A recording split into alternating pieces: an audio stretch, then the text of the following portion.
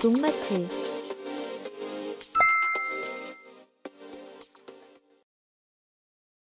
영상 시작 전 농마트 TV의 소식 먼저 듣고 가겠습니다. 농마트 TV가 최근 논산시 강경으로 확장 이전을 하여 1+1 이벤트를 진행 중이었습니다. 생선 아미노, 보난자, 3종 살균제 등 다양한 제품들을 이벤트하고 있습니다.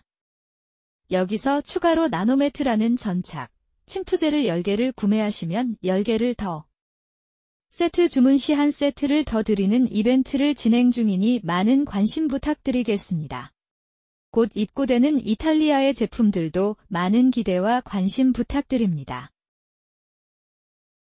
자두 재배는 건강한 나무 관리와 올바른 영양 공급이 핵심입니다. 좋은 영양소를 적절히 공급하면 과실의 크기와 당도, 저장성까지 향상시킬 수 있습니다. 오늘은 자두 재배지 관리와 자두 생육에 필요한 거름 관리에 대해 알아보겠습니다. 재배 환경. 자두는 기후에 대한 적응성이 매우 뛰어난 과수로서 가뭄과 더위에 모두 강한 작물입니다. 우리나라에서 주로 재배되고 있는 동양계 자두 품종은 개화기가 빠르므로 늦서리에 피해를 받기 쉬우며 개화기에 날씨가 불순하면 꽃가루 매개곤충의 활동이 위축되어 수정이 불완전하게 되므로 조기 낙과를 일으키는 경우가 발생합니다.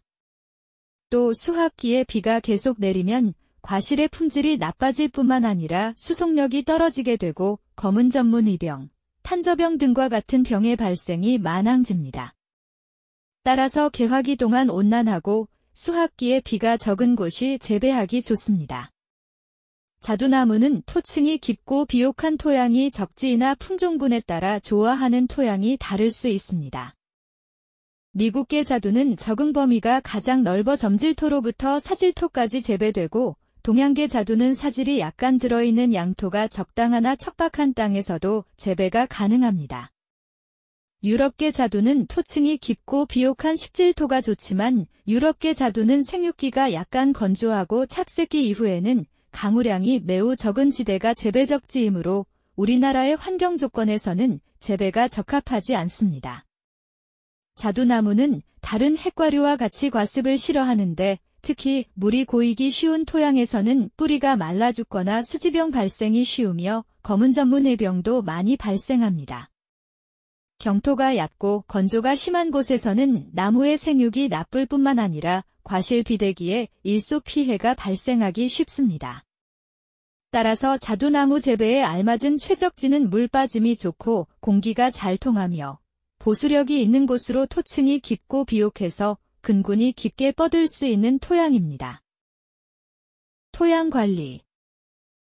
자두 재배지의 표토는 토양 수분 함량 및 지온 변화와 밀접한 관계를 갖고 있습니다. 3월까지는 증발산량이 적기 때문에 일반적인 토양 조건에서는 가뭄 피해를 받지 않습니다. 그러나 4월부터는 지온이 올라가고 새싹이 돋아나 물의 소모가 증가되기 시작합니다. 봄철에는 나무의 증산으로 인한 토양 수분의 소모보다는 토양 표층에서 증발에 의한 소모가 더 많기 때문에 가뭄 시기에는 토양 증발량을 줄이기 위해 피복 재배를 선택하는 것이 바람직합니다. 피복 재배는 피복된 재료에 의해 풀이 자라지 못하게 하여 재배 관리를 수월하게 할 뿐만 아니라 인위적으로 토양 수분 함량을 조절하는 데 이용됩니다. 봄철 표토 관리 방법은 각각의 방법마다 장단점이 있으므로 포장 조건 및 농가 여건에 따라 달라져야 합니다. 표토 관리 배수, 수분 관리에 대한 정보는 추후 더 자세하게 농마트 TV에서 다뤄보겠습니다.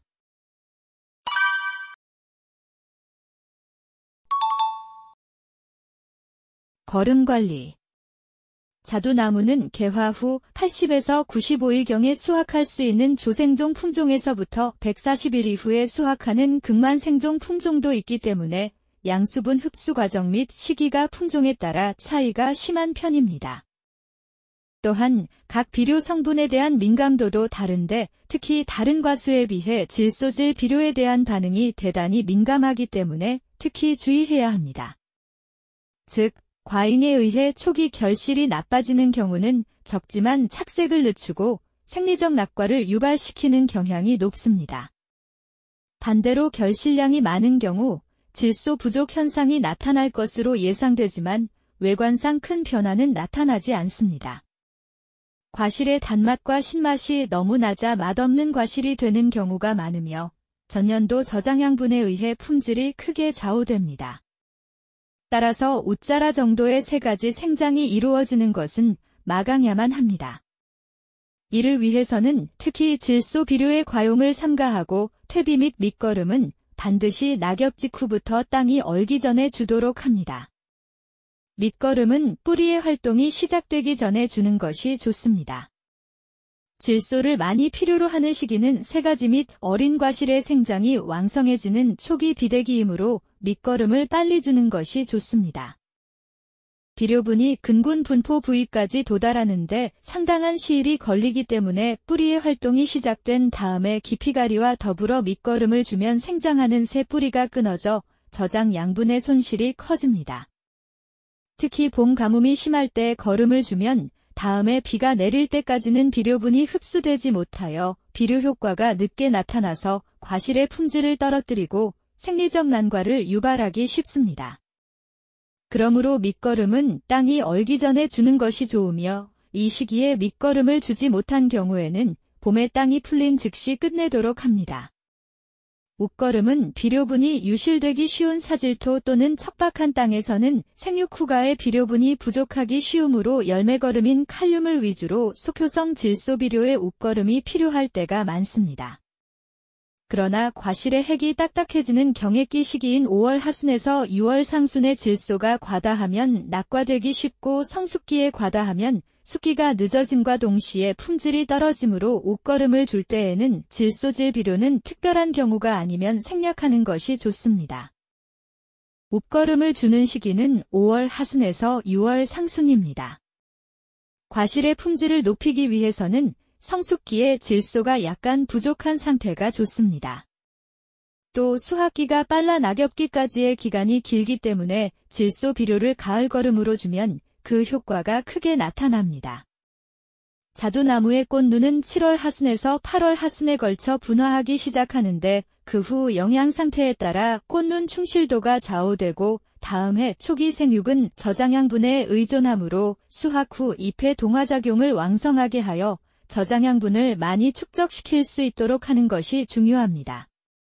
가을거름을 주는 시기는 여름 고온기를 지나 뿌리 활동이 다시 시작되는 8월 하순에서 9월 상순이며 세력이 강한 나무에 대해서는 거름 주는 것을 피합니다. 가을거름을 주는 양이 지나치거나 그 시기가 늦어지면 부초의 생육이 왕성하여 불안전화의 원인이 될 뿐만 아니라 내한성도 약해지게 됩니다. 오늘은 자두 재배 환경과 거름 주는 방법에 대해 알아보았습니다. 자두는 재배 환경에 따라 병해와 낙과 피해가 달라지므로 배수와 기후 조건이 중요한 과수입니다.